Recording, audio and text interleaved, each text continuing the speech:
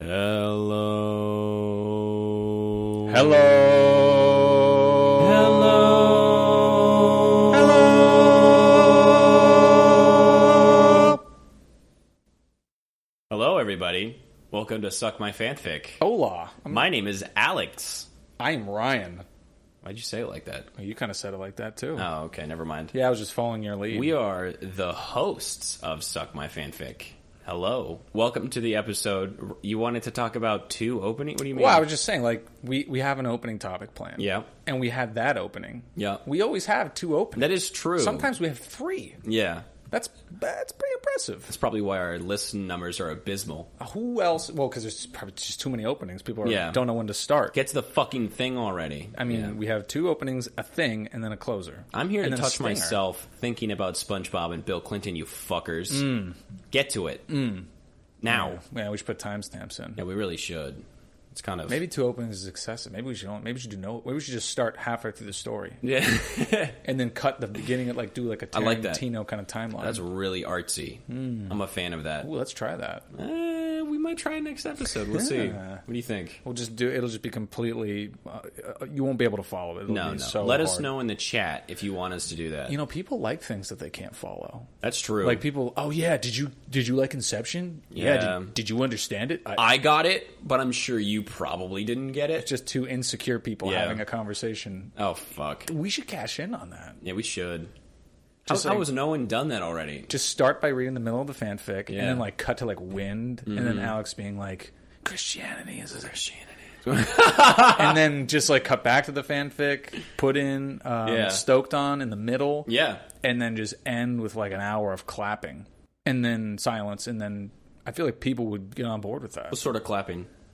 Are we talking typical regular idea of what clapping is, or the 2019 word that clapping mean? You know what clapping means in 2019? What does that mean? Clapping cheeks, clapping ass cheeks. Maybe we'll make it ambiguous. That's like an ASMR. Are those butt cheeks or hands? What does that mean in 2019? What does that mean? What does it mean in 2020? Shit. What will it mean for 2030? Yeah, because people could be listening to this years into the future. You know, We when we need to done make- blown up and all. Yes, we need to make a timeless piece Of ass clapping, of random statements. of asses clapping. That's what art is. Yeah. I think we've developed a new podcast. We've really broken into this one, huh? Really clapped this one open. Clapped it wide open. Clapped it wide open. To start, I have a couple, just two quick things. One of them is super quick. This is a stupid story I just wanted to talk about really quick. Sure. It's an article from CNET. Game of Thrones Night King storyline gets torched by federal judge in an actual federal court ruling. It's Lindy Banks versus Northern Trust Corp. It's I honestly have no idea what's going on with the case. That part doesn't matter. But he writes that the U.S. Court of Appeals for the Ninth Circuit won't discard a prior legal precedent, quote, the way the Game of Thrones rendered the entire Night King storyline meaningless in its final season. That's in his actual judicial opinion. Yes. The final. That's actually legal ruling. opinion. What do you think? I feel like I should be more excited about this, but I'm just too old now. I feel like this is No. troubling for our society. It's As a not kid, I'd be funny. like, that's a woke, cool Yeah. judge. Yeah. That is very concerning. Judge, I'm not even going to say what your name is. Fuck you. Judges should not have lives. No, imagine if you were the person who was on the other end of that ruling, and you're already spit in the face because you lost. You've wasted thousands, if not millions of dollars. And then this motherfucker references Game of Thrones. Fuck you. Yeah. It's probably ruling against some corporation, which I'm totally for. But if it was a serious matter, yeah. This murder was more poorly executed than any Home Alone invasion of the past 20 years. It'd be apparently, my family is dead. yeah, he has a history apparently of referencing. That's not cute. No, it's not cute. It's not funny. You're a fucking judge. I feel like that's very much against the spirit of this show. You're a fucking judge. We're just fired up today. We're grown adults today. Well, it's not that I'm a grown adult. It's that there's a place for fun and fantasy, and there's a place for you doing your fucking job, you fucking court judge. And this podcast is a place for you doing your job. Yeah, this is my job. This is a serious podcast. Yeah. And other places, court and this podcast, two most serious places places in the world. In the world. The only way I can end this bit and segue into the next is giving one quick thanks, Obama. Oh, he was an Obama-appointed judge. Of course. Of course the article had to point that out. Of course. I don't know if CNET is politically affiliated, but they pointed it out. I thought CNET was like a tech site. I did too. Apparently they're delving talking into about court cases in Game of Thrones now. That's where we live. That's where we live. Congrats. So that was just a quick one. That was just a little fuck you, buddy. Quick hitter. Yeah, but the second thing I wanted to talk about, I was scrolling through the tweeters, because if you guys haven't been able to tell by now, I am the one that manages the tweeters for the most part. I actually haven't even looked at the Twitter in a long time. Yeah. Ryan is overworked and a slave boy at the moment. So I was going through the tweeters, and I saw a very interesting conversation. Someone with the name Leaf at Space Lesbian 7. I probably shouldn't call them out. It's whatever. They put their opinion You're on the internet. You're going to use their first and last given name on this podcast? Oof. You just dox this person? And they put in all caps, A, at Neil himself. So Neil Gaiman. Okay, I'm mainly taking shots at Neil Gaiman, so Alex is automatically against. If you take a confrontational tone against Neil himself, you're automatically Alex's walls are up. Yep, walls shoot up. Yeah. Fucking say Azrael and Crowley are a queer relationship, you spineless coward. Stop fucking dancing around it. Quote, oh, angels don't have sexes, blah. They present as male, you cast as male. Sincerely, a pissed off bisexual. That's a little misleading. Her handle is Space Lesbian. Hashtag Good Omens Prime. I'm glad we had the hashtag in there. Are those the two main characters of Good Omens? Okay. Yeah. So I haven't read Good Omens. I haven't seen the show. I am under the understanding of what the general premise is. It's like an angel and a devil. It's an angel and a demon. So it's Crowley, the demon, the devil, and Azrael. I'm probably pronouncing that wrong. It's the angel. To give you a little bit of context, I obviously haven't read all of Neil Gaiman's things, but in some of the things that I have read of his, he does include angels. Multiple works. This isn't the first time he's mentioned angels. Good.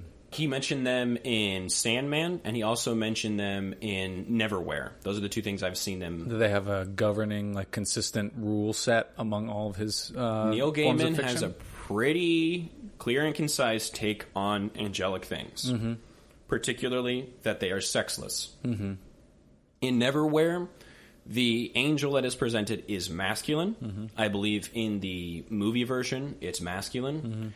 In the radio version, it's Benedict Cumberbatch.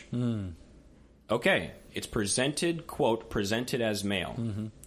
However, Space Lesbian 7, it's also presented as a human fucking being. Whether or not you believe angels are real, I'm not here to argue that point with you. But in Neil Gaiman's stories, he has always... You are here kind of to argue angels. We've gone over this before. No. I'm not here, not right now. No. Later. I've never tried to argue whether or not they're real. Neverwhere, okay. Neverwhere. In his pieces, his angels are sexless. Okay. They are angelic beings. They are not human beings. Sexless. Sounds like my sex life. Sounds like my marriage. Whoa. When this show came out, it was very obvious that these two characters had a connection. Okay. And a lot of people have said this is very obviously a queer relationship. Okay. Or I'm sorry. A lot of people have said this is very obviously a homosexual relationship. I want to get the wording correct because I don't want to be wrong. I don't think that wording is correct. I thought it was queer. I thought that was correct. No. The what Space Lesbian 7 and people like this individual want Neil Gaiman to admit is that the two main characters are homosexual. Okay, that's fine. They do not want him to admit that they're queer because he has admitted that. Okay. He has said they are queer. He has not said that they're homosexual because he contends that they are not men. Interesting. Ergo, the feminine angels are also not men. So, he says, which I think is the best response, and you are completely within your rights to have that as your headcanon. Oh, did he use the word headcanon? Yes, he did. Wow, I love Neil Gaiman. You don't get to make your headcanon canon, not even with swearing and typing in all capitals. Good for him. Wow. What a very mature and respectful thing to say back. Dare I say a mature response? Yes, I would say so. And I think it's respectful because of the way he could have met this person with just, fuck you, and he didn't. Well, yeah, he could have just also not responded at all. Yeah, but he Does said... this person have a lot of followers? Is this I have no idea. Yeah, he could have just completely blown her off entirely. So then he goes, and I've actually never said this is not queer. I've said they are canonically not gay because they are not male. They are as described in the book, just as Michael and Sandalphon wouldn't be in a straight relationship because the actors are male and female. So he gave an example of another relationship between angels, one who is cast as a male human being and one that is cast as a female human being, one with masculine traits, one with feminine traits. But he clarified they're not straight either. They're not, you know what I mean? So he's not arguing that there are only straight relationships and there's not, gay angels aren't a thing. Gangels aren't a thing. He's arguing that because, I mean, first off, they're not fucking real. But secondly, he's arguing that because they are not human beings with no sex organs, ergo, they are not men or women, ergo, they're not homosexual. Well, he's not even arguing that. He's literally saying, it's cool if you believe that. Yeah, and exactly. That's the thing. He's saying, I don't care if you believe that, but just because you believe that doesn't mean you get to make that fact. He's giving them a little bit of credit while also railing against death of the author a little bit. He's like, hey, I get that. You believe that, but also I made it, so... That's exactly why I wanted to bring it up, just to sort of extend the conversation. That's exactly where I'm at. Yeah. That's how I feel about this. And so someone commented on his comment, I mean, who cares? They love each other. Whether their human form is male or female or whatever they choose, at the end of the day, they love each other. Oh, wow. What a woke individual. What an amazing thing to say. Who cares? Why are you putting a label on it? They love each other. And apparently, I haven't seen the show, haven't read the book. Apparently, they have a very good relationship. You can tell that whether it's romantic or platonic or whatever you want to call it, there's love between the two beings. So why do you have to sit there and get mad at the author and curse at him and yell at him online when he has already clarified what the relationship is and when they just love each other? You know what I mean? I mean, it's crazy for me to think that. And so this one person decides to elaborate on this point, on not Neil Gaiman's point, the other lady's point. And she says, yes, and also kind of no. So now we're going to have this individual explain to Neil Gaiman how he's wrong about his book. Quote, all art is unstable. Its meaning is not necessarily that implied by the author. End quote. What many queer fans find frustrating is that what is illustrated is in every way, shape, and form, by every sign and code, a queer relationship. Sex is almost beside the point. When the response to fans is, this isn't a queer relationship because angels aren't like that / don't have sex, it feels like our relationships, our culture on which you draw from so heavily is being reduced to whether or not two people are having sex. And because so much of our problems in the world having been reduced to sex, whether we're having it with whole and gay sex being icky, it stings, and all the more so when the creator is someone who is so obviously an ally and affectionate supporter of our community. I will say... This also seems like a level-headed response. I do. I may not agree with the response completely. I have a different opinion, different viewpoint, which is, I think, totally fine to have. But I thought that was an actual respectful response, and I think that was a clear... I did hear about this, because that was the first respectful response in the history of Twitter. Yeah. There was a huge story. Yes. Especially towards a celebrity. It was all over Twitter. The comments were awful. Yeah. They were terrible. I think for being 3 tweets, it was very well constructed, and I think that it was an actually What are the 5 things you liked about these 3 tweets? What are your 5 criticisms? So Neil says, according to the book, angels and demons are sexless. They don't have genders. I've been very happy to describe it as a love story because that's what I wrote. I'm not going to describe them as gay men because whatever they are, They aren't that. And she responds by saying, I do totally understand drawing that line as a creator, and I respect that. But also, Yes, I hope... but. What? Yes, but. Yeah, the classic, yes, but. I hope you can understand and respect why some of us who love the work and see ourselves in it in a way we have been longing for find that line a little painful. So I wanted to bring this up because I think it's an extension of the death of the author. Sure, that's... death of the author conversation. Death of the author at the altar. At the altar of public Twitter. Opinion. Yeah, yes. Sure. What do you think? What's your... Wow. Really interesting thing to just scroll past. It is pretty interesting to see. Jeez. I think the person that second, not the first. No, person. the first one needs. I think that second person chill. responding had some legitimate points. It's yeah, and maybe that's something that Neil didn't anticipate, and he maybe read that and was like, "Wow, okay, I didn't think about that." I see where he's coming from, when he makes it very literal, like, okay, they're not men, so they can't be in that kind of a relationship. Yeah. But I think he maybe now understands his kind of the responsibility of having a relationship that, as they say, again, I know nothing about the story. I haven't seen it or read it, so but I can't speak to it. But if Neil and both this person confirm that they have a relationship that is similar to like a shares characteristics, I don't know what that means. How many different ways can you have a relationship? You watch Netflix, you fight about things, and then you go out to crappy restaurants together. I guess, yeah. I don't know where I was going with this, but yeah, no, I definitely think that the person responding had a legitimate claim, which is like, I mean, yeah, but I ultimately respect that opinion. Like, yeah, it hurts, but like, I mean, that's what you say. Yeah, like, that person has a right to be a little disappointed, a little hurt, but I think they ultimately found a mutual understanding, which is so rare. Yeah, that's so absolutely. rare. And he doesn't have to. He didn't have to respond to any of this. Right. And some people would say he shouldn't have. I do personally believe that it's not the author's responsibility. No. But if you want to be a good public personality, it doesn't hurt to do that. He definitely shouldn't have responded to the person who screamed at him and cursed at him in all caps. But he did. Yeah. And I think that says a lot about who he is. But that led to this exchange. Yeah, to this exchange. And I will say, from the things that I've read of his, since Sandman, which was in the 90s, he's included queer characters, transgender characters.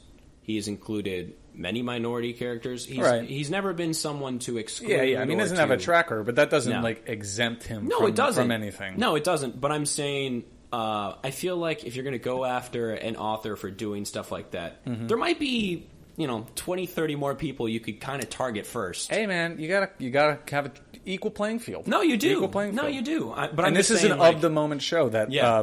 Space Lesbian, was that her name? What's her Space Lesbian 7. Space Lesbian 7 is setting the internet ablaze with it. So you gotta address it. And look, I still think Space Lesbian 7 has every right to feel that way. Yeah. I'm not trying to tell Space Lesbian 7 not to feel that way. I would have gone about expressing my feelings a little differently. I guess. Everyone's tweeted something in all caps before, jokingly, a hot dog is not a sandwich. Imagine if Nathan, hot dog is, and then imagine if Nathan's official account, the Nathan hot dog, they are sandwiches, bitch. They're that's your headcanon, but don't force that hot dog canon on anyone else. Speaking of which, how cringy is the Wendy's Twitter? It's pretty bad. Yeah, it's pretty bad. I used to think it was funny, but now it's just when I was much younger. When I watched those, looked at those screenshots on iFunny, I thought it was entertaining. When I was taking a poop in between homework, soccer practice. Yes, that's pretty cringy now, though. I am just surprised that this has caused such a controversy. I am too. Whereas the 1970s film "Oh God, You Devil," which I watched in my grandma's house when I was a little kid. I don't know what that is. It's, George Burns is an actor, an old famous actor. Maybe. He's a series of movies where he plays he's an old guy, but he plays God who comes and visits people. Yeah. In the third installment, Oh God, You Devil, he plays God and the devil. Okay. And they have a contentious relationship. No one's screaming about that. Yeah. Where's the Twitter outrage over that coded relationship, potentially? I don't know. Did it take an Amazon Prime, show to bring it to light? I mean, possibly. I'm just saying this kind of angels and demons interplay has been happening for years, and no one has said anything. It's almost like a conspiracy theory I have. No one but Dan Brown. Yeah. He says some shit about it. That's true. Yeah. So I think where I can end with it, with the death of the author, authorial intent, is maybe the right answer is somewhere in the gray. It's in the grays, in the Pleiades with the aliens. Is there a right answer? Probably not. No. I think the most right answer is how Neil said it. It's like, hey, you believe that? Boom, that's great. Here's what it is, based on what I think. And I made it, so that's how it is. Yeah. But, how many times are you going to, like, run across Neil Gaiman? You don't have to deal with Neil Gaiman. You and your friends, those are the only people. That's, like, kind of your social universe anyway, until you get on Twitter and everyone's connected. So it didn't matter before then. Think about this, which is really crazy. In, like, 10 years... Whoa, 10 years? 10 years? How old am I going to be in 10 years? In, like, 10 years, I think Steamboat Willie, Batman, Superman, and a couple other popular characters are all going to be up for public domain. Oh, I'm already... Dude, my alarm is set. Yeah. I have an alarm set, and I'm going... As soon as that clock strikes midnight, I'm going to hit refresh, and I'm going to buy them. Yeah. Think about that, you capitalist overlords. Maybe we should. They're going to be belonging to the people. Let's buy back these icons. Let's do it. And give to the people. No, I'll just hang on to it. Yeah, I'll hang on to Batman. Well, I just need to hang on to Batman until I make a couple mil. I'll give it right back. Yeah, I'll give it right back. Right back. Right. Look, you can trust me. I have good intentions. Steamboat Willie, I'm just going to hang on to it because I really want to see the Avengers and the X-Men in the same movie. Yeah, don't trust the other guy. Just trust me. Yeah. Trust me. Yeah. I know Which is why you should become a patron. Yeah. For this. Please become a patron. Yes. Not only is it a monetary incentive, it's more of a boost to our egos, and our egos haven't been stroked enough by this show. Yeah, absolutely. And you can totally, with free will and a clear head, fund our not suspicious at all attempts to buy these characters. None. Totally, we have the best of intentions. Yeah, I mean, look, who cares if I copyrighted the Happy Birthday song and every time it's in a movie, people have to pay me $10,000? Who cares? That was a smart move. It was a good move. It was a shrewd move. It's like Daytona Bike Week. You know Bike Week? Yeah. Daytona Bike Week? Oh, yeah. Someone realized like 3 or 4 years ago that name had never been trademarked. So someone trademarked it, and anytime it was printed on a shirt, they got a little bit of that moolah. Cha-ching. That moolah. I bet they tried to change the name, but it had already become such a thing. It's Bike Week. It's Daytona Motorcycle Days. The Motor Brigade. Yeah. Bike Week. Bike Days Bike Week. this year. Nope. Bike Week. Sorry, fam. Pay up Greg in New Mexico. Yeah. All right, Ryan. So what is the fic for this week? The fic for this week is... First off, what's the fandom? Because I really don't know. SpongeBob SquarePants. Oh, fuck. Okay. And it comes from fanfiction.net. Okay. And it is called, one of the episodes I enjoy the most, and I think has been really popular for Our us. episodes or of SpongeBob our episodes? Okay. Is the Mario murder mystery. Okay. So I found The Death of SpongeBob, a SpongeBob murder mystery. Oh. So I think I'm going to revert to being derivative already. I'm going to wait with bated breath on this one. This is like one of those, you ever watch in a sitcom where they have this character got amnesia, so all the other characters have to remind them of and then it's just a flashback episode? Yeah. This is our flashback episode. Okay. Where I just tell a story that we've kind of already told. Okay. How does that sound? I'm totally down. The good thing is, with the way our podcast is, people aren't binging all of them. They're listening to the ones they want to listen to, and then they're kind of tossing the other ones to the side. So maybe they never heard them. This could be new, totally new to some of our biggest fans. Uncharted Waters. Was it supposed to be SpongeBob? Fuck you. No, well, I mean, there's only so many ways you can say Uncharted Waters, so I kind of had to just... You didn't have to say it. I kind of did. I painted myself into a corner. Okay. I had to. All right. I only say things when they're 100% necessary. I don't. That's not true. I don't mince words. Neither of us do. I do not mince words. Okay. Every word I say is crucial. Okay. Should we explain SpongeBob? People know SpongeBob. He lives in a pineapple. Right, what's the elevator pitch? What's the SpongeBob elevator pitch? All right. So there's a sponge, and he lives in a pineapple under the sea. And he's got a couple of friends. One of them is a starfish. The other's a squirrel. He's got a neighbor, a squid, who doesn't like him. That's basically it. And a pet snail. They get into crazy hijinks. Yeah, his boss is a crab, what do you think? a crabe, and a plankton. Actually, I just saw this there to celebrate, because it's also the 20-year anniversary of SpongeBob SquarePants. Okay.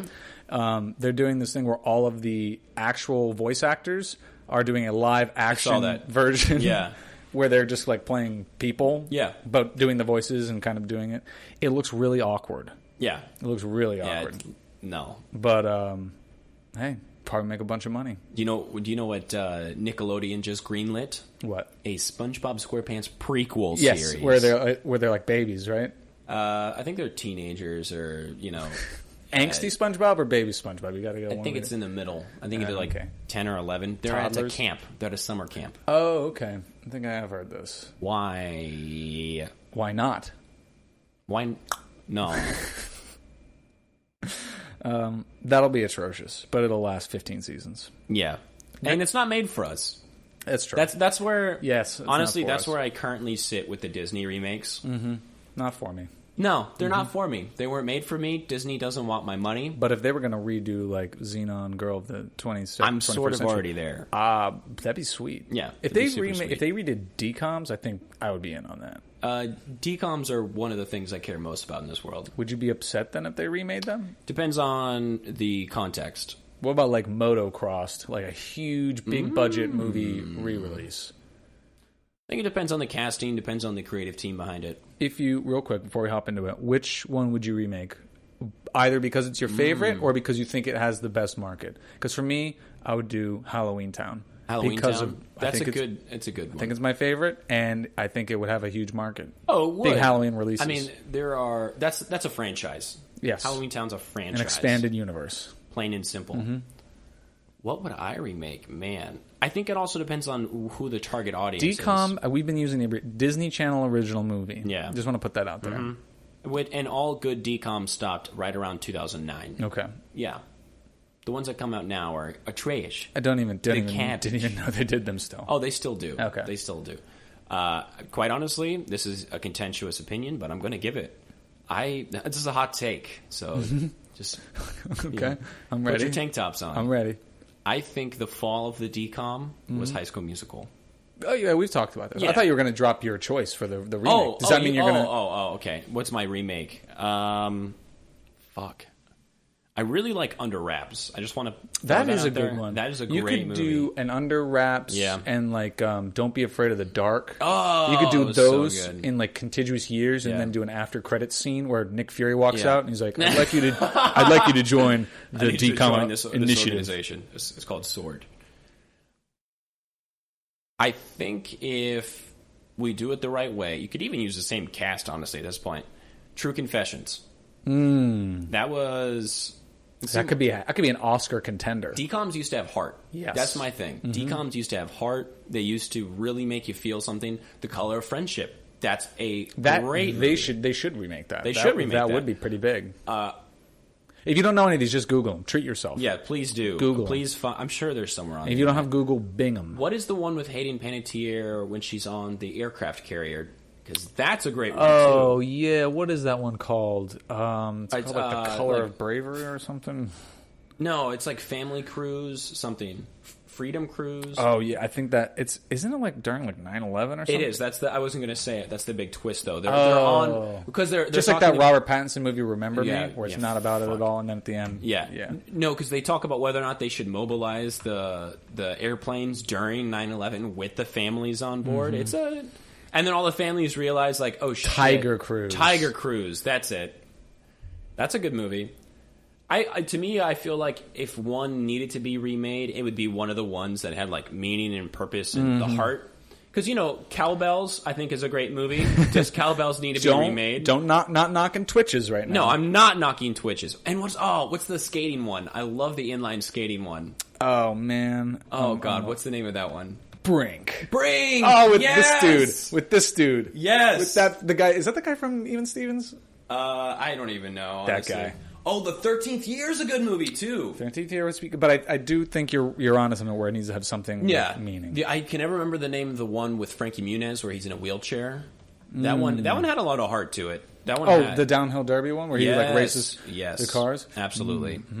So I think if we were going to remake a DCOM, it needs to be one of the ones with the heart. It needs to be one of the ones that had meaning and purpose. Miracle in Lane 2. That is it. So that would be my pick, I guess. This sounds like a cop-out. It feels like a cop-out because I can't tell you how much I would love to see Johnny Capahala. Is that his name? Johnny Tsunami. Johnny Tsunami. Who's Johnny Capahala? That's got to be a real person. I don't know. I just outed somebody. But I would love to see Johnny Tsunami. I'd love to see Xenon, my girl Xenon, back in the 21st century. You know what I'm saying? Mm-hmm. But if I'm given Cate Blanchett to make a DCOM, remake a DCOM, unlimited budget, it would definitely be one of the ones with meaning, and all of the money would be spent on the contracts for the actors. And huge names. You have like Lupita Nyong'o in it, names. or and I would still use Shia LaBeouf. That's a huge name. Yeah, that demands a huge contract. Yeah, no, he would still be in it. Yeah, just older now. Yeah, absolutely. I watched Luck of the Irish this year on St. Patrick's Day. Fuck, that's such a good movie. It moderately holds up, which is surprising. I thought it was going to be awful, but it's actually not terrible. No? It's pretty good, yeah. I'm happy about that, because that would really upset me if it was terrible. But I would remake Halloween Town, and I would make 30 of them. By the way, Johnny Capahala is Johnny Tsunami's name. That's his actual name? Yes. Okay. Just want to throw that one out I figured. there. That's what I thought you were going with, and then you were trying to do the title. I didn't know. It's Johnny Capahala Back on Board. That's number 2. It's the second one. Okay. So I was still right, is my point. Technically correct. Technically, Let's go to the judges. Yes, they are awarding you technical points. I will take for them. Correctness. I will take them. Every episode of Suck My Fanfic is scored by a panel of world-renowned judges. Hell yeah. I also think Smart House could be very scary nowadays. Ooh, well, that's what the new Chucky is anyway, right? Is it? Child's Play? Child's Play is like an AI. The new Chucky, Child's Play, it's like he's like learns from your app or something, and then he wants to kill you. But yeah, Smart House would be good, but all the big tech companies will silence you. Oh, they would. All the good ones anyway. Don't Look Under the Bed is also a great movie. We we could probably go on like this for another hour. We should probably move on, because I'm looking through the list right now, and this is not good.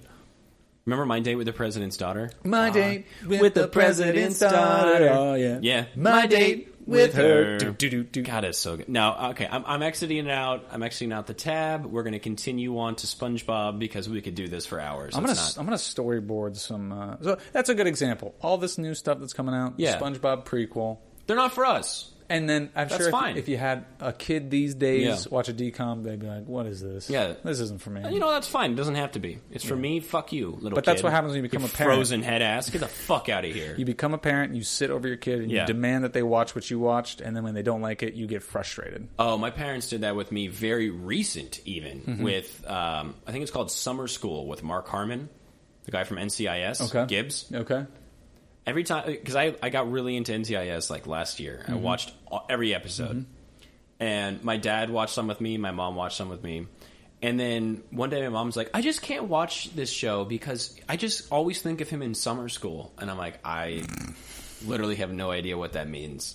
And then it was on one of those like shitty, if you have Spectrum, it's like in the teens. Those channels are like meaningless. It's one of those channels. Ooh, the ones that show like a lot of movies for some reason. Yeah, a lot of movies that nobody wants I've never to watch. heard of. Yeah. So they play Summer School, and I watched it, and I'm like, this is what defines Mark Harmon for you, Mom? Get the fuck out of here. Like, it's not a bad movie, but it's one of those like silly 80s movies that also tries to be serious but funny, but also have a purpose, and it's like, get the fuck out of here. It's not good. It's not bad, but it's not Mark Harmon's career-defining role. You know what I mean? No, definitely. It certainly is. It's Summer School. It certainly is. Yeah. It's like saying, like, I can't... Toy Story, I just can't picture Tom Hanks in anything but Turner and Hooch. He'll always be Turner. He'll always be Turner. I can't He'll always be Hooch. An excellent Tom Hanks movie, by the way.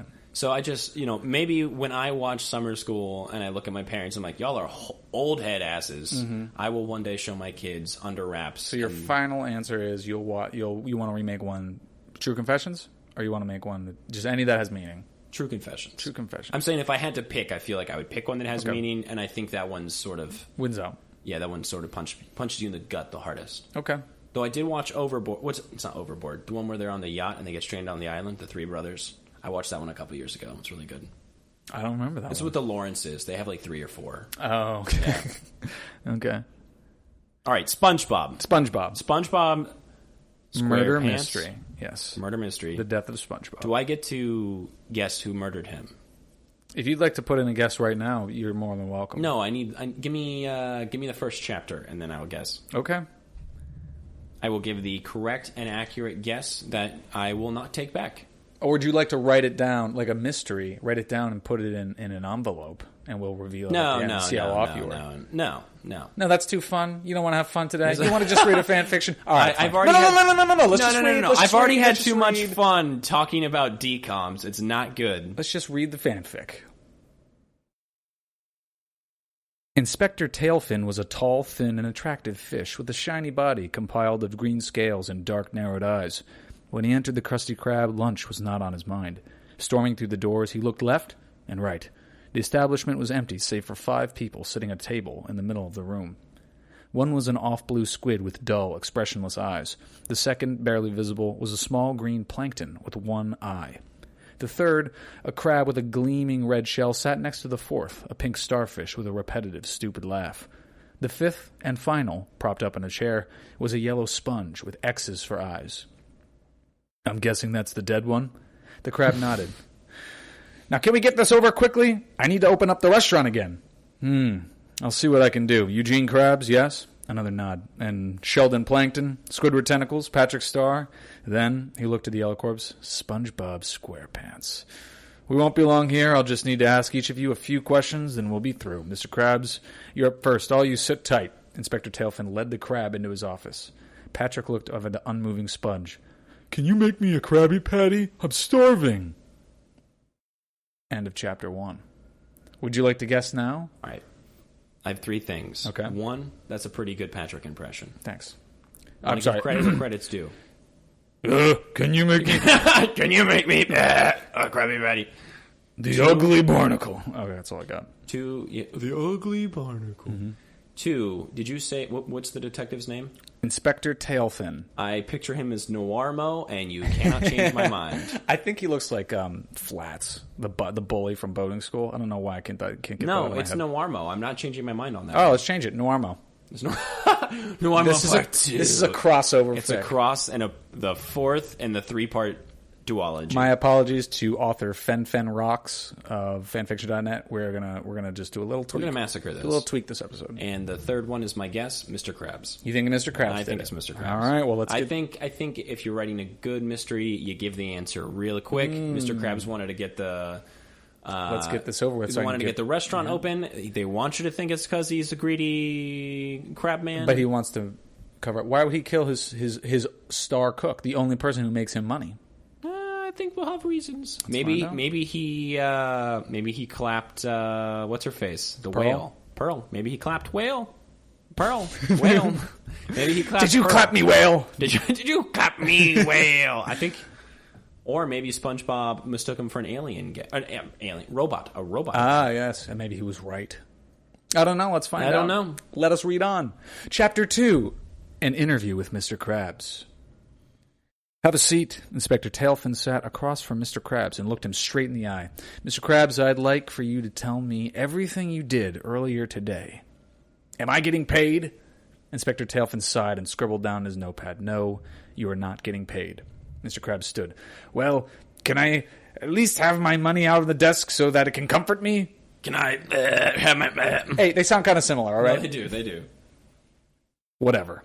He drummed his finger on the table as Mr. Krabs unveiled an ungodly amount of gold. Now explain. Well, I woke up. I think that happened first. Mm-hmm. And then... Mr. Krabs lifted a coin with an oversized claw and grinned at it, his throaty voice suddenly getting more cheerful. I got some snail po. Snail po? You have a snail? No, I just wanted my breakfast. Mr. Tailfin stared at him, mouth gaping open like a dark tunnel. You eat snail po for breakfast? Snail po, if you'll remember, is gross. You don't remember that? No. There's an episode where SpongeBob, I think he loses something, so he has to repeat his morning a bunch of times. And he says, it's the most important meal of the day. Yeah. Serving it up Gary's way. And then he tastes it and goes, blah. Snail po. Snail po. Okay. So Mr. Krabs eats snail po. I don't believe it. Do you buy it? Things aren't looking good for Mr. Krabs. Well, it's cheaper than anything else. I immediately buy it. The taste is a little rough getting used to, but it's worth it. Anyway, next. Then I took the pill. Seeing Inspector Tailfin's confusion, he shrugged. He's on the pill? I'm old. Old people take medication. What kind of medication? Pain medication? Depression medication? He paused before revealing the last kind he had in mind. Random bouts of insanity that might lead you to kill people? Medication? Nah, I'm just old. Continue.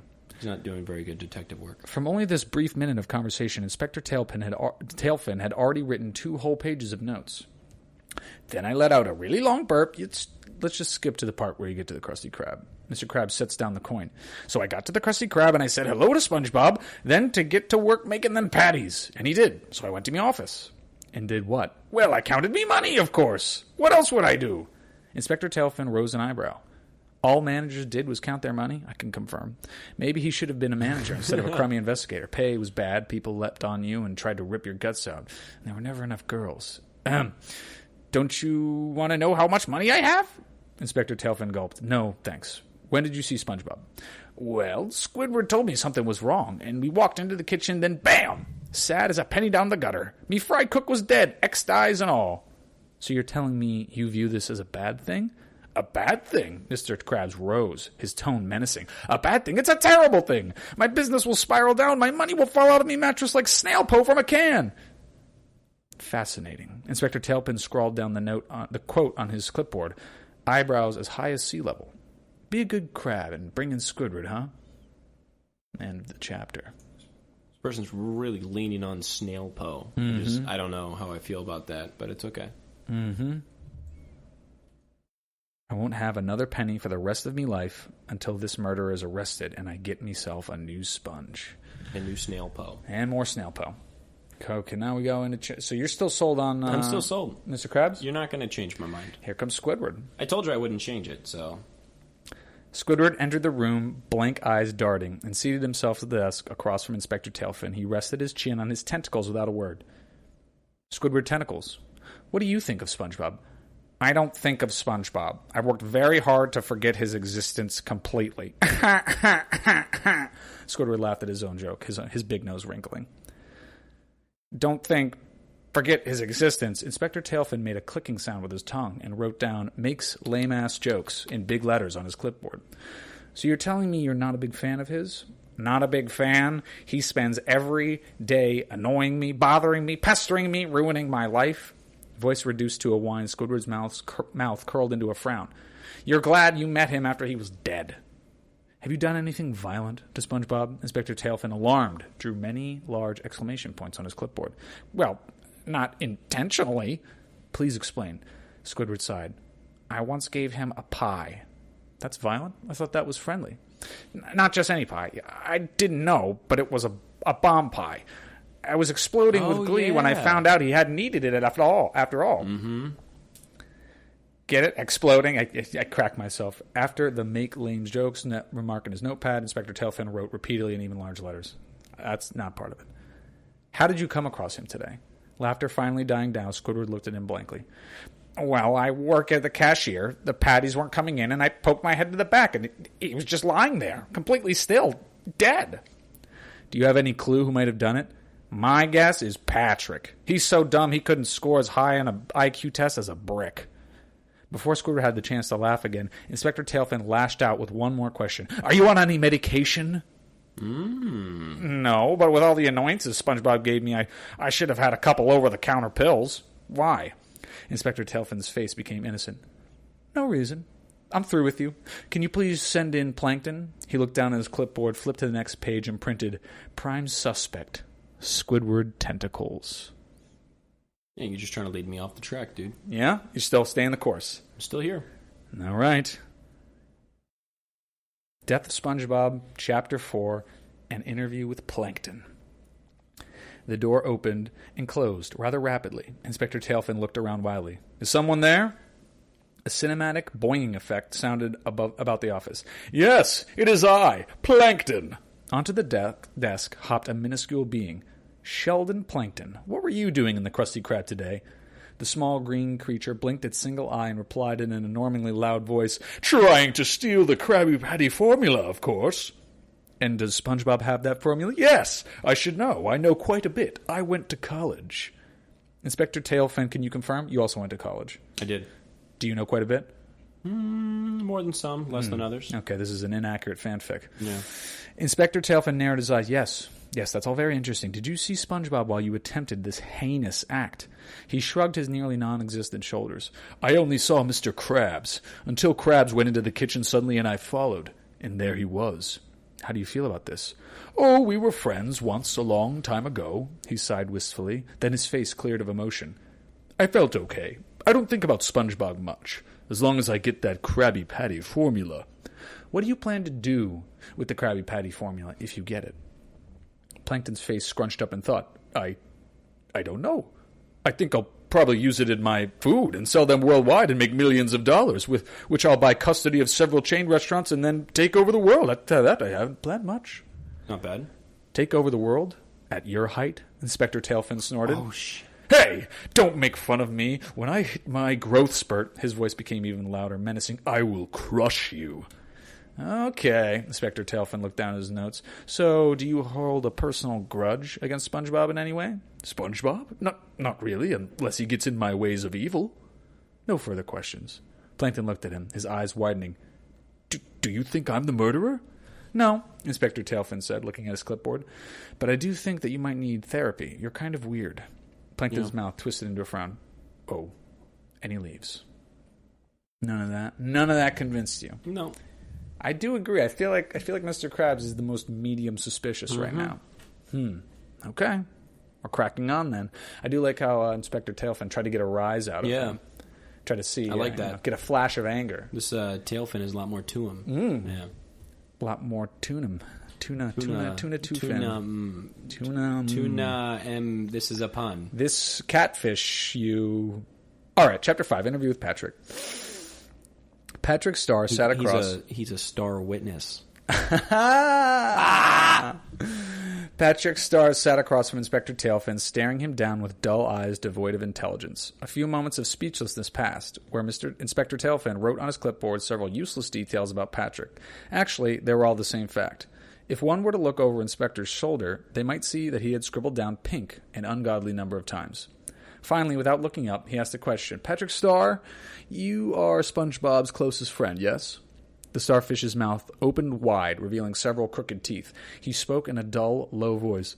Wow, this question is hard. When do I get my results? Did I win? I just want to know if you're SpongeBob's friend. Patrick uttered a wail. Who's SpongeBob? No, don't tell me. I know this one. 13. Yes, the answer is 13. Inspector Tailfin sighed. Never mind. Let's talk about something else. He looked up at Patrick at last, and his eyes narrowed slightly. We'll just assume you're his friend, since that is what my notes plainly read. Have you ever killed anything? For example, been unable to take care of a pet or even a friend? At this, he leaned forward slightly. I have a pet. His name is Rock. He's a snail. And I also had a kid once. You had a kid? Wait, I don't remember that. Inspector Tailfin said, and he rose. With SpongeBob. He was really cute. A clam. SpongeBob was the mommy. Okay. At this, Patrick nodded with emphasis. But SpongeBob wouldn't let us have another. I don't know why. Patrick jumped up from his seat. Where is SpongeBob? I want to play with him. The forensic scientist took him while Mr. Krabs was getting interviewed. In a while, he'll be back. Patrick stared forward stupidly. He's never coming back. Forensic? Is the scientist going to give him fur? No. He's going to dissect him to find out how he died. Oh, the starfish nodded, eyes still completely confused. Yeah. Well, I lost my ribs the other day, and if the scientist has them, can you send them over? Inspector Tailfin nodded, fins crossed behind his back. He quickly wrote on his clipboard, is chronically stupid. With yet another nod for emphasis, he spoke, I think it's time you go out with the others. I'm going to look at my notes and try to discern who the killer is. Patrick's jaw dropped. SpongeBob is dead? Why didn't you tell me this earlier? And that's it. That's the end of SpongeBob. I think you'll find a lot of similarities between my portrayal of Patrick and my portrayal of Michael in the Gainesville theater production of The Pillow Man. The Pillow Man. The Pillow Man. I was going to say the author, but I don't remember his name. This is the same guy who wrote Cripple of Inishman. Super famous. How can I remember him? I don't remember. Nah, screw it. Yeah, we have the intranets, but we won't look it up. It's fine. I'm going to look it up. I'm not going to tell anybody. Okay. The Pillow Man by Michael McDonough. Martin McDonough. Martin McDonough. Okay. We love those. We love those English people. Alliterations. Those alliterative Englishmen. Mm-hmm. All right, here we go. Chapter 6, the shocking conclusion. Are you on the edge of your seat? I can tell. I'm about to break the chair. Let's do this. I can tell. Inspector Tailfin paced back and forth, glancing at the 4 suspects, Eugene Krabs. Supposedly your business will fail if SpongeBob is dead, but what if it actually attracts customers? Mm-hmm. The idea of a murder is very fascinating to most. Mr. Krabs gulped. It looks like Mr. Krabs is going to try to make a murder mystery podcast about this whole thing. Make some money. Turning slightly to Squidward, the inspector spoke coldly. Squidward tentacles. You have been annoyed with SpongeBob for quite a while, nearly killing him once in the past. What if you lost it this one time? Squidward looks down. Then, without looking down at Plankton, Tailfin continued, and you. SpongeBob's death would quite likely... let me say that again. And you. SpongeBob's death could be quite likely your attempt at a blow to Eugene. Okay. Awkward phrasing. Plankton glared and shouted something about having a bachelor's degree. Finally, the detective looked at Patrick in his dull, dumb eyes. But Patrick, you probably haven't even realized that he's dead, meaning that you lack any intelligence, and that would make it very likely you could kill him by accident. Patrick drooled a little bit from the side of his mouth. I lack intelligence? Suddenly the doors burst open. Scooter, I don't know who Scooter is, clad in his lab suit, wheeled in a poorly glued back-together sponge. Oh, my God.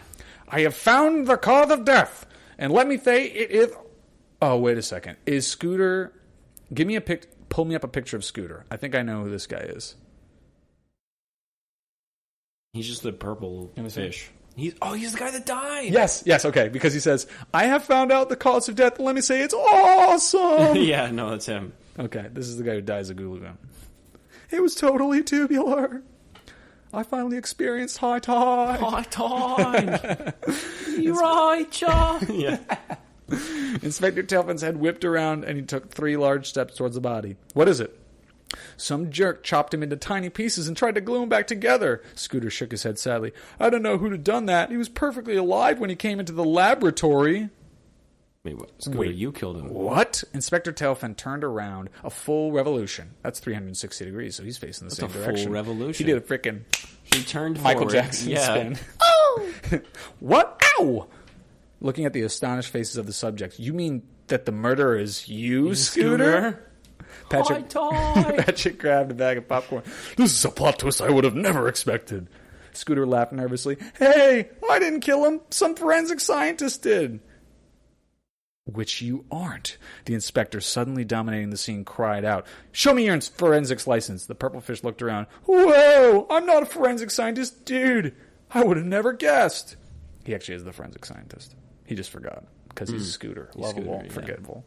Squidward stood from his chair, and Tailfin here has a shocking secret, too. All eyes turned to Squidward. Aww.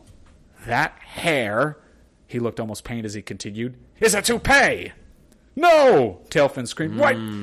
We all must have secrets. Why did you tell? Mr. Krabs stood as well. To hide from the fact that you wanted SpongeBob to die. He wasn't dead, Squidward yelled. Patrick was drawing X's over his eyes, that's all. Patrick looked around stupidly. I was drawing X's over his eyes? Plankton, who had already been standing but no one noticed because he was so short, shouted loudly, But I have the most shocking information of all. No one turned to look at him. Hey, my opinion can be trusted too. I went to college. Okay. Inspector Tailfin narrowed his eyes at him. You're just weird. But listen! Everyone fell silent, save for the slight laugh of Scooter. But then, as Inspector Tailfin turned to Scooter to tell him to stop, he then realized Scooter was not laughing. Who was laughing? And I can only describe, because I can't do it myself, the iconic SpongeBob laughed. SpongeBob stood up. I'm ready! Squidward looked blankly at him. Well, I'm actually ready to kill SpongeBob now. Mr. Krabs nodded. Plankton grabbed a flamethrower. Scooter took an incising tool from the bed he had wheeled SpongeBob in on. What? Patrick bared his one tooth. Everyone thinks he's like a zombie or something. That's pretty much it. They say not exactly the end just yet, as all the characters chase SpongeBob out of the Krusty Krab. I'm going to glaze over this last, because I feel like we've gotten our closure. Yeah. Scooter killed him, but he's a sponge, so he just grew back together. Yeah. It's also, no offense to the person who wrote this, sort of a shitty way to end that. Yeah. Yeah, pretty much it just goes down from there. There's an epilogue. where they kind of just go back to their normal lives. SpongeBob and Patrick are jellyfishing. Squidward and Mr. Krabs are back at the Krusty Krab, and I guess Plankton and Scooter hanging out. They're banging. They're banging. They're banging. That's it. It's no big deal. And Inspector Tailfin, the OC of the tail, lives happily ever after. Is fired. Is fired. Is fired from his job as an inspector. So I was wrong about Mr. Krabs because there was no murder. All right. Hey. You didn't pick the most obvious. No murder. The most obvious answer to that question is none. None, yeah. Mm-hmm. None of the above. Mm-hmm. E. Mm-hmm. Should have picked E. Should have picked E. Dumbass. The easiest choice to go through. Yeah. So there you have it. I'm going to come out and say it, one of the weaker picks we've read. Yeah. And it wasn't that it was the rest of it wasn't bad. It was just the ending. This was a vehicle for me to show off that I can do other voices besides Rick. Not great voices, but just voices. No, you that just are different. can do other voices. I have other voices. The ability is there to do voices other than Richard. My internal monologue is always in Rick. That's just how I think. Yeah, it's always that. That's fine. But yeah. That's it. No, I didn't think it was bad. I just, ending could have been a little bit stronger. The ending could have existed. When you get invested in a murder mystery, I think this is important to talk about. You get invested in a murder mystery. Mm-hmm. You want there to be a murder, and then mystery as to who committed the murder. Mm-hmm. But when you take the murder mystery and go, yeah, no, there was no murder. It never happened anyway. Yeah. Who are Ray's parents? Doesn't matter. It doesn't matter. But it's going to. Doesn't matter. In the 9th, it's going to. It could. Or it could still not matter. Yeah. Ooh, sorry about that. You're good. Clanging into the mic over here. Good structure, though. No, I like good the structure. idea of the structure Yeah. of the interviews. Just really didn't go anywhere. I don't know why Plankton had to keep mentioning college, but he did. Hey, somebody had to. I might just feel personally attacked because that's basically me. But yeah, it's whatever. yeah. Somebody had to. Somebody had to rail against the establishment. High horse. Yeah, exactly. Yeah. Shit. He just got a bachelor's degree, though. He's total plebe. Yeah, I'm a plebe. I'm a plebeian. So that's fine.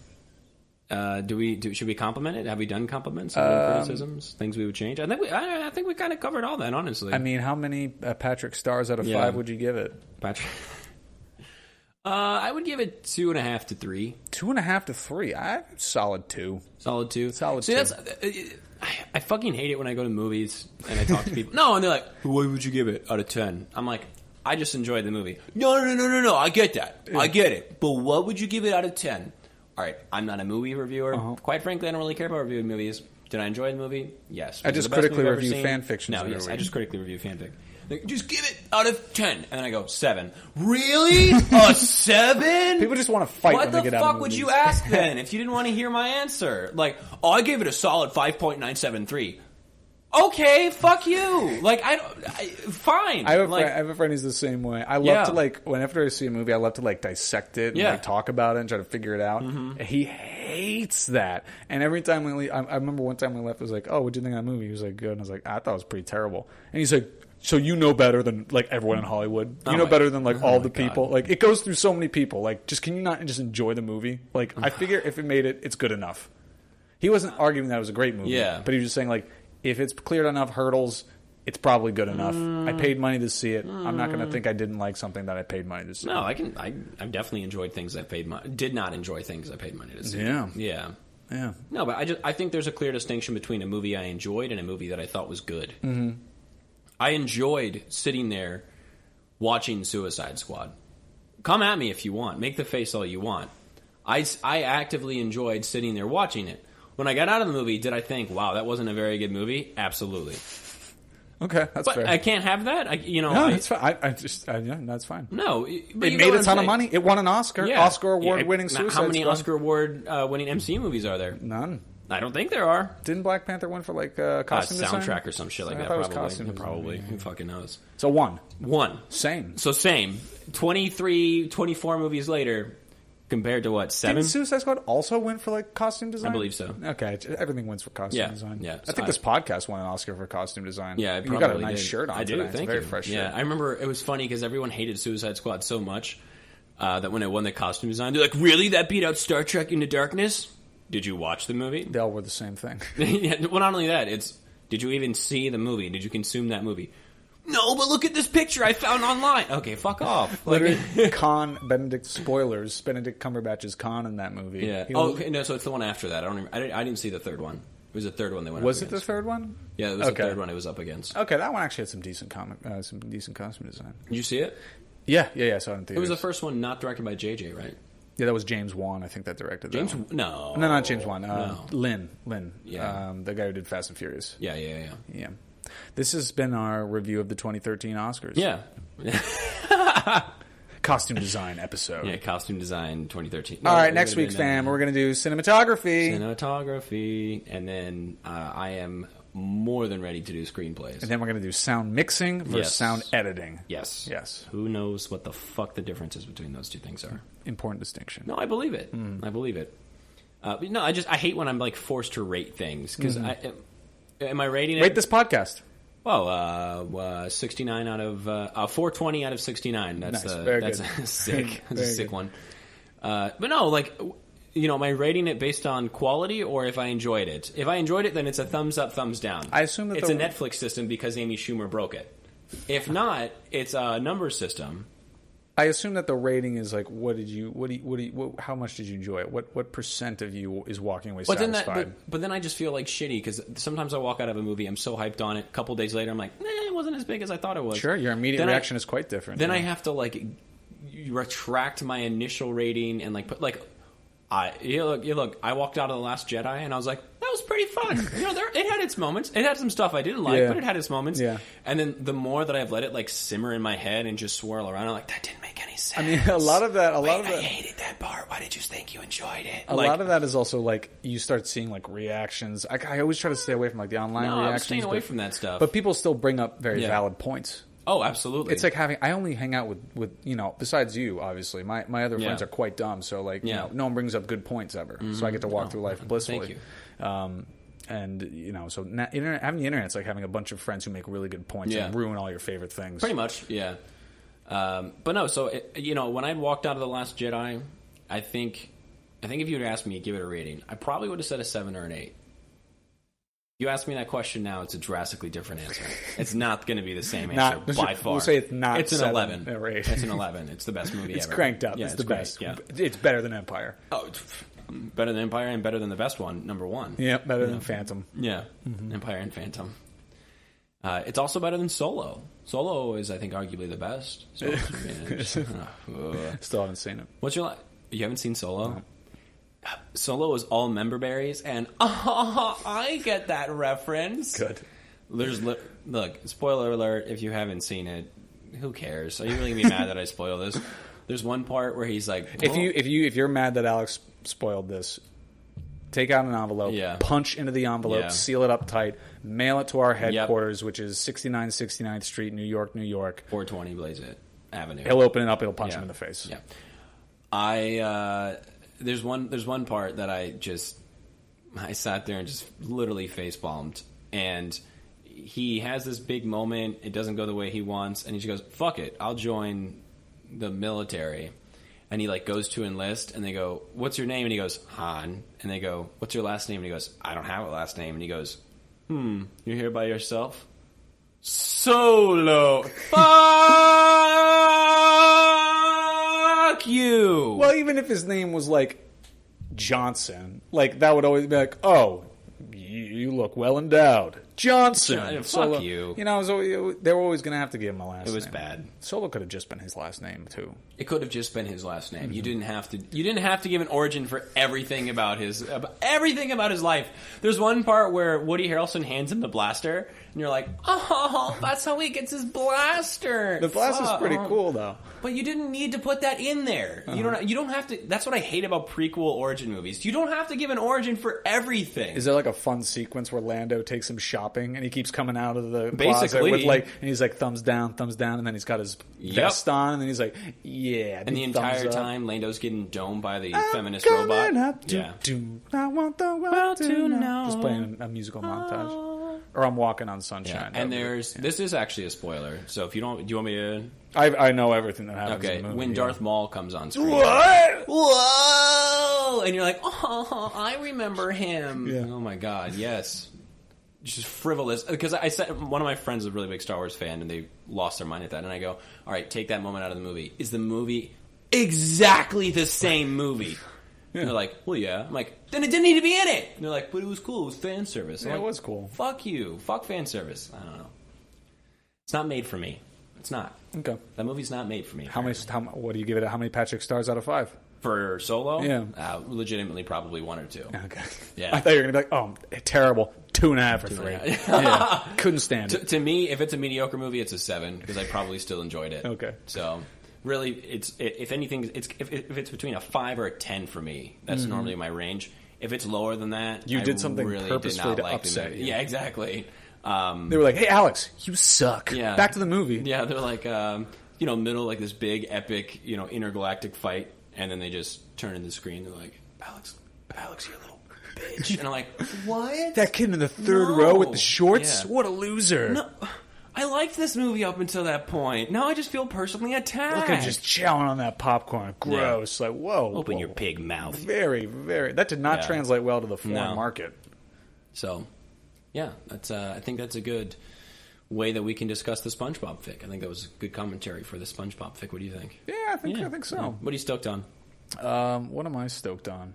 I am stoked. We talked about this a little bit beforehand. I am stoked. I just binge watched Stranger Things, and we talked about it a little bit. Stranger Things season 3. It's a Netflix show.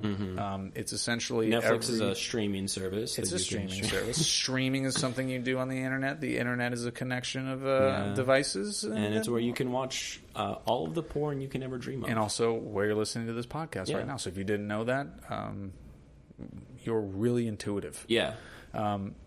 But yeah, Stranger Things is kind of like if you put every 80s movie into a blender and mash it up. I watched the first 2 seasons. I don't remember anybody's name. I don't remember any plot points. All the characters were pleasant, but I didn't remember. I couldn't tell you any of the characters' names before the season started. But this season bangs. 3? I enjoy it. Season 3 bangs? Season 3 bangs. Is that the officially endorsed Suck My Fanfic opinion? It is a solid 2.5, 3 Patrick stars out of 5. It is so good. It is so good. 3 Patrick stars out of 5. That's got to be good. Absolutely amazing. It's got to be a banger. Yep.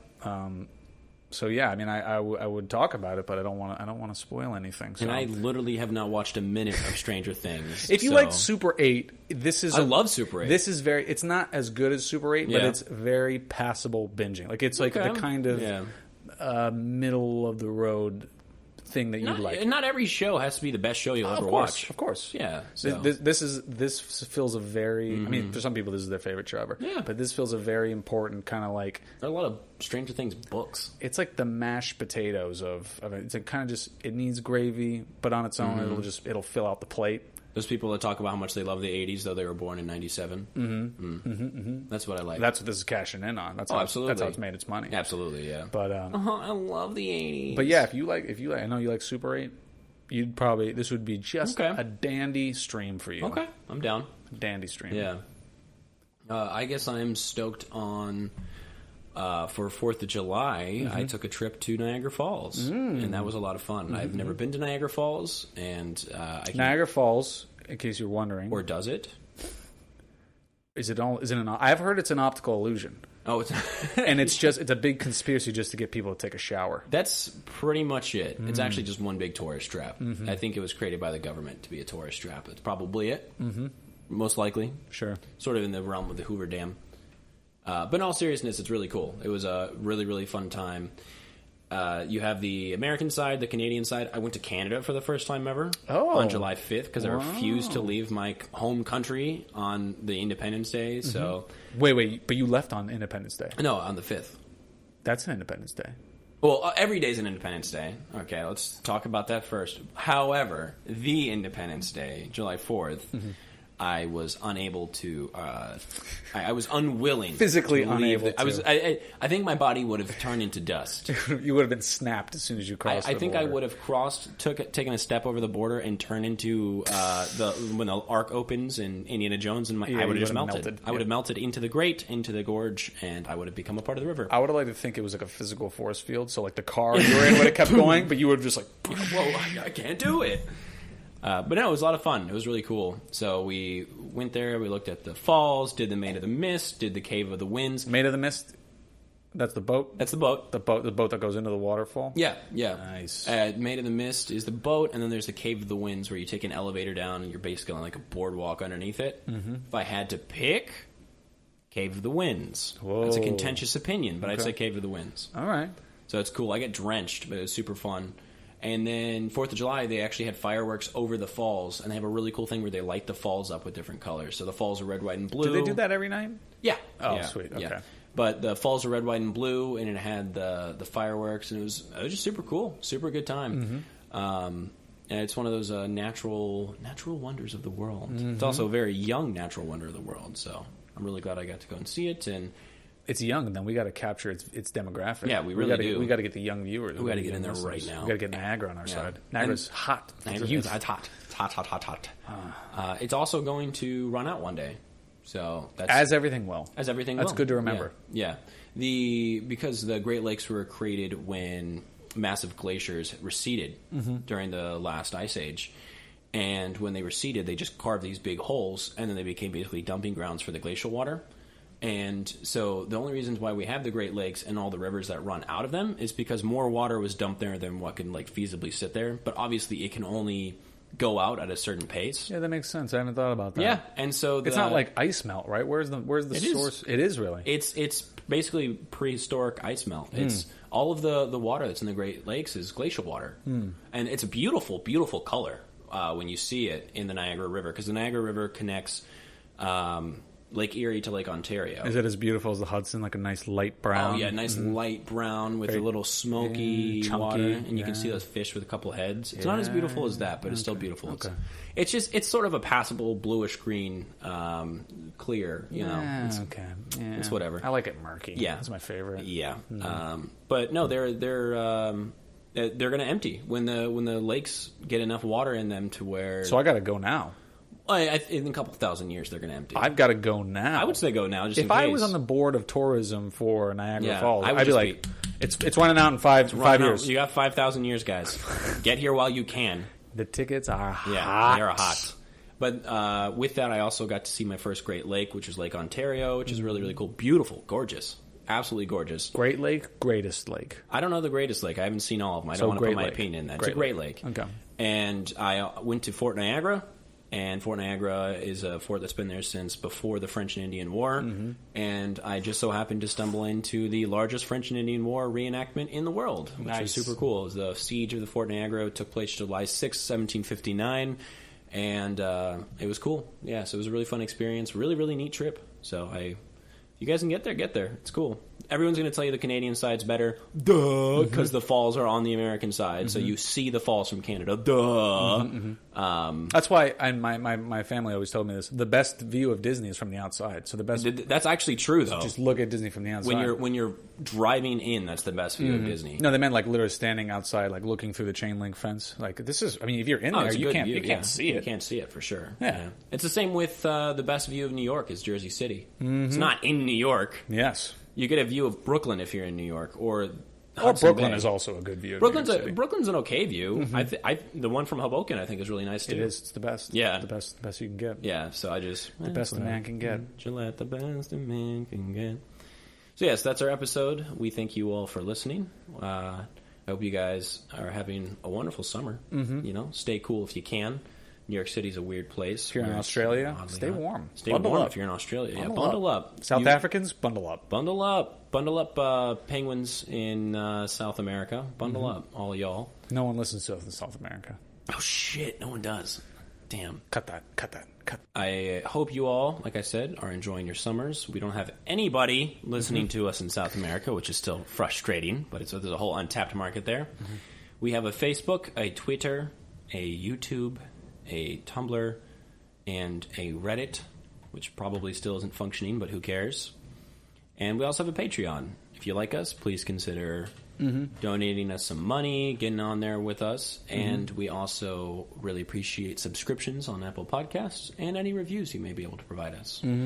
So, with that being said, I hope you have a great day. And Ryan, what should we remember? Oh, geez. Whether you're a Ninth Circuit court judge, or you disagree or agree with Neil Gaiman, or you're a pineapple, SpongeBob that lives in a pineapple under the sea. Yeah. I hope you have the best day ever.